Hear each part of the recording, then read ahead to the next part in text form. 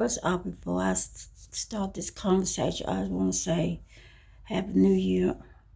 Merry Christmas and Happy New Year to everybody that sees this video and beyond. And having said that, I seen a video yesterday, I think last night, of J.D. Vance giving a speech saying that white people, now y'all shouldn't have to apologize for being white. When I seen that, the first thing that came to my head was, my mind was, who asked y'all to apologize for being white? And the second thought that came to my head was the things that when you hear people say that and it's coming out of the blue, out of nowhere, and you have to wonder, why does he feel like the need that he needs to say that in the first place? My opinion, it's just mine, and I've spoken to a lot more people that looks like me, because it's a guilty conscience there. He said that white people shouldn't have to apologize for being white.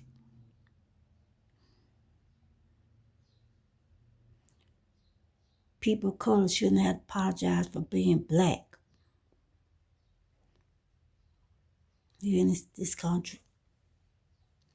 But the history of this country, and he can say whatever he wants to say, the history of this country shows that his ancestors and the ancestors of every other white American, old people of color, apology for the things that people of color have to endure at the hands of people that he say don't owe anybody an apologies for being who they are. Let me tell y'all a story. I don't know if I've mentioned it before, since he brought up about y'all don't have to apologize for being white. Let me tell y'all a story. When I was 5 years old, and I was in a rush because my sibling was going to school. I get to watch that big yellow bus come by my home, or get to watch them walk out the door. And I wanted to go with them so bad to school. That's before school integrated. But I was 5 years old. I was not old enough when school started back at that particular time to go to school. So I remember, I don't know why I can remember stuff that when I was 5 or 6 years old, but you asked me what I did last week or what I ate, and I could not tell you if my life depended on it. But I have learned to just accept that for what it is. But getting back to the subject, when I was 5 years old, my daddy told me that I would have to wait until I turned 6, which would be the following year, before I could go to school. When I started school, it was a year before they started to do the segregation. So I had my first year of school in an all-black school. I was young, but I enjoyed going there. I thought, wow, this is what I've been missing. I enjoy going to school. Fast forward the following year, when I turned 7 years old, we integrate into the when segregation started. We started going to this all white school, and being a 7-year old, even then, when I entered that school, the vibe before anybody could open their mouth up and speak, I knew that this was something totally different. That it didn't resonate, it didn't feel right in my soul at 7 years old. It didn't feel right. And as it progressed and went on, I understood why I felt the way I felt. Let me tell you this, a story that I've never told, not even to my kids. Y'all, the people that says that J.D. Vance said shouldn't have to apologize for being who you are. The same people took a 7-year-old black child and disrespected that child at every opportunity. And I'm talking about not just the children, but teachers themselves. And now that I'm older and can recognize for what it is, where I couldn't back then because I had not a clue. My daddy and my mama never really talk about such things, not to us, not to me, or maybe I was just too young if they had the conversation at home.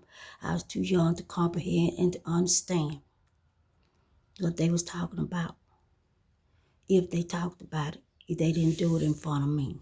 Because I had not a clue that such people existed in this country, in this world, until I started going to that school. The things those teachers would say, and they would call you out in front of everybody in the classroom and disrespect you, and the things they would say, I'm not going to even mention it. So J.D. Vance want to say that why people that looks like him should not apologize for being who they are and what they are. Y'all ancestors, and makes you a part of them because it's your people, was downright cruel to people that look like me. And as I got older, I recognized it for what it actually was after I started having people that actually talking to me and let me know this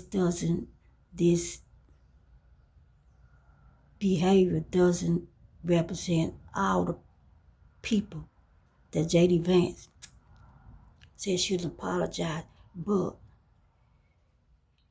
in the last few years since Donald Trump came on board, this behavior represents 95% of y'all. That's fact.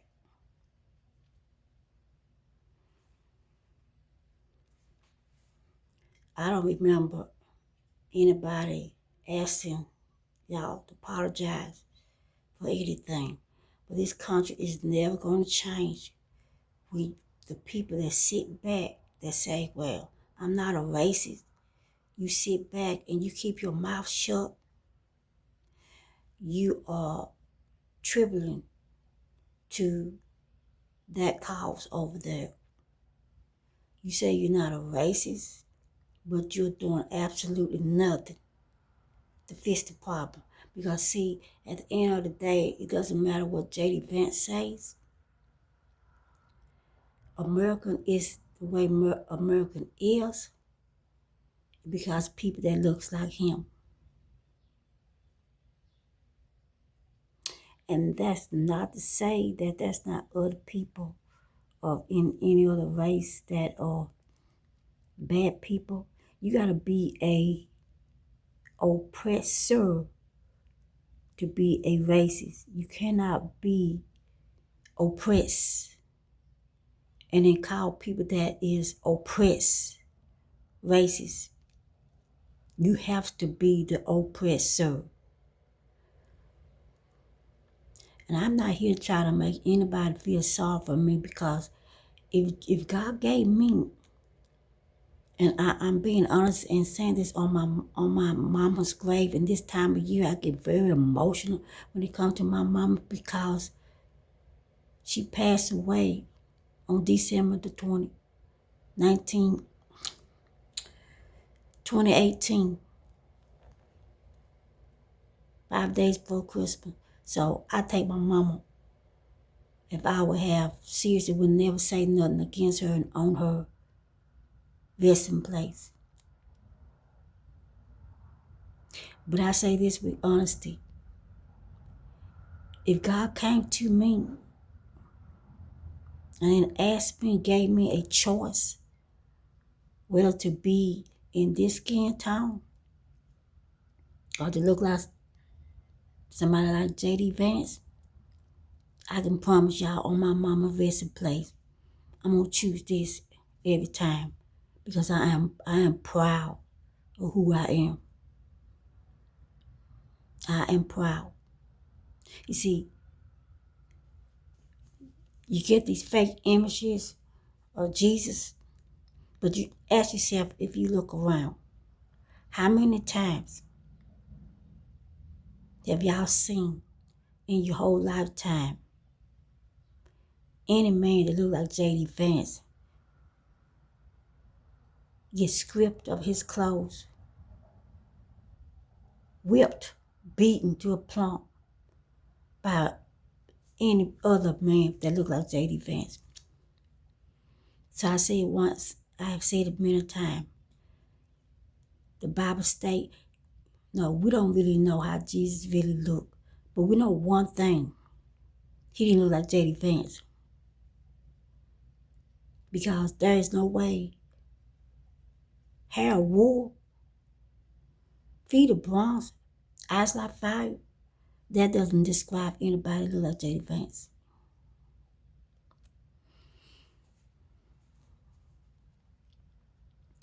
I go back to what I said about school.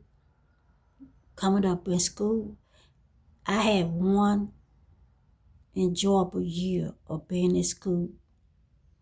And y'all can take this any way you want to take it.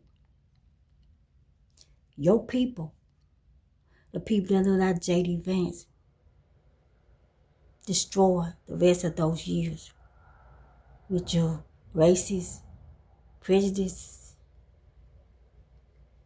mean behavior that I don't even want to talk about a lot of it.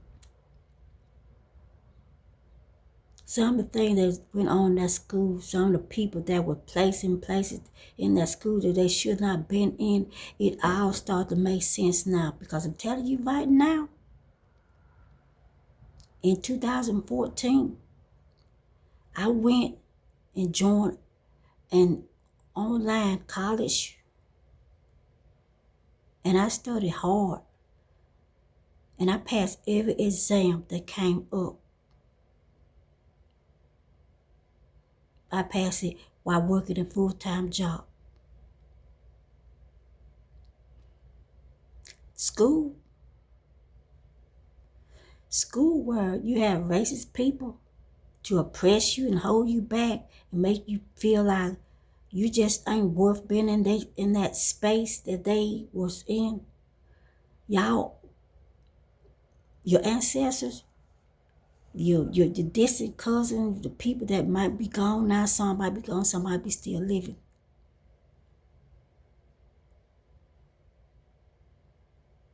You held people like myself back. You made people like myself think that we was nothing. We wasn't even worth in our eyes, an ounce of respect. So I check myself, and I'm saying right now to the people that think that you voted for Donald Trump, knowing all the things that man was going to say he was going to do, he did it, but you voted for him anyway because you did not want to see no changes. You rather vote for somebody that'll keep, even you knew he wasn't going to produce anything that what he was saying in his campaign, on his campaign trail.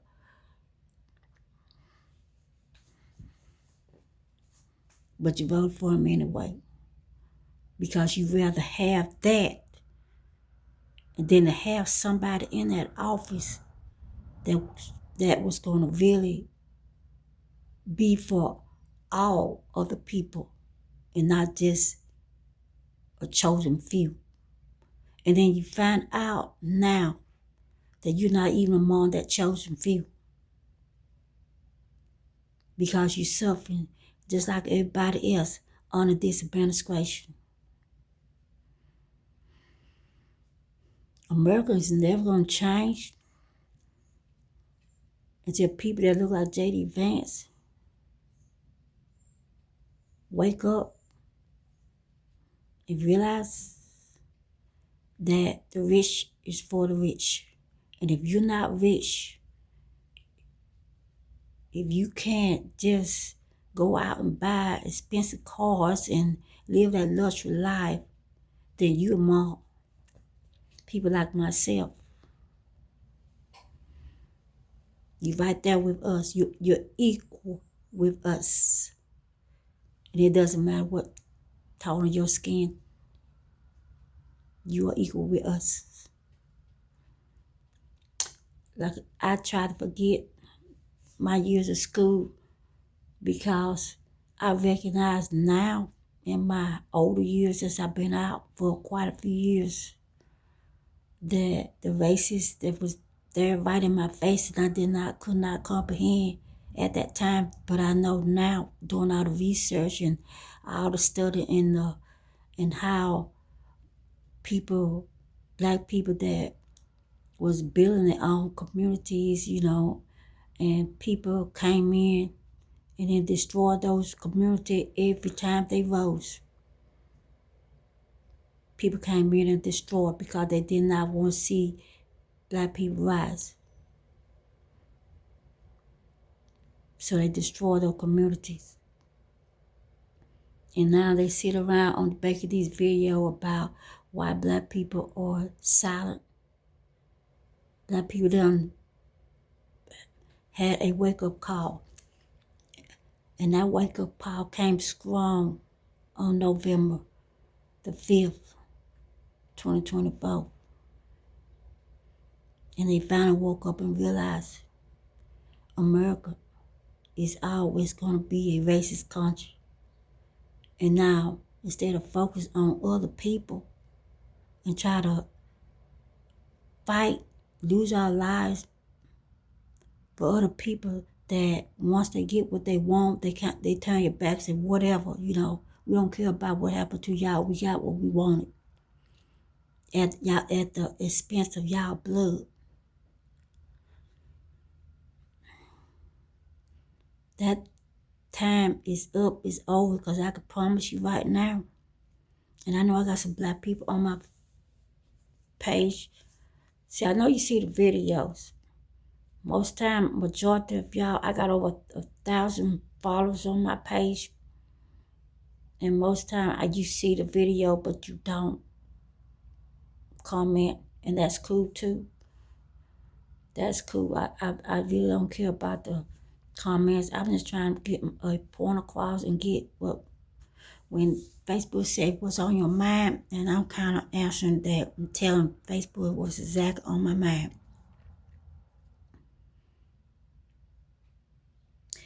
America has always have been and always will be a racist country.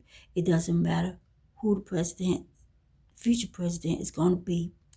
Donald Trump opened up I don't know what the word I'm trying to use, giving all these people that have kept that racist stuff to themselves, open that thing back up, that book back up, so he have actually given them a green card to be openly racist. But the thing about that is, the only thing about cowards is, cowards only follow when they got someone to lead. But once that leader is gone, they kind of draw back into that little corner, that dark corner where they can't be seen. They keep their mouth shut. The thoughts that they have doesn't come out of their mouth quite so easily, even online. They kind of retreat back into that racist corner in that bubble that they live in, and kind of continue their life in silence and hoping and praying that somebody else come along, like Donald Trump, to give them that green light to be able to express themselves. And then people say, why don't black people just forget about all the stuff that happened to them when their ancestor? But how do you forget about something that's still going on to this day? Your ancestor, and you used to use your ancestor as an excuse about, well, that was my ancestor. But you're on Facebook calling people that hard N-word, talking trash to people, calling people monkeys. And have you ever noticed, let me ask y'all this, have you ever noticed, because I had a lot of people, I have had people call me a monkey before. Have y'all ever seen a monkey with big lips?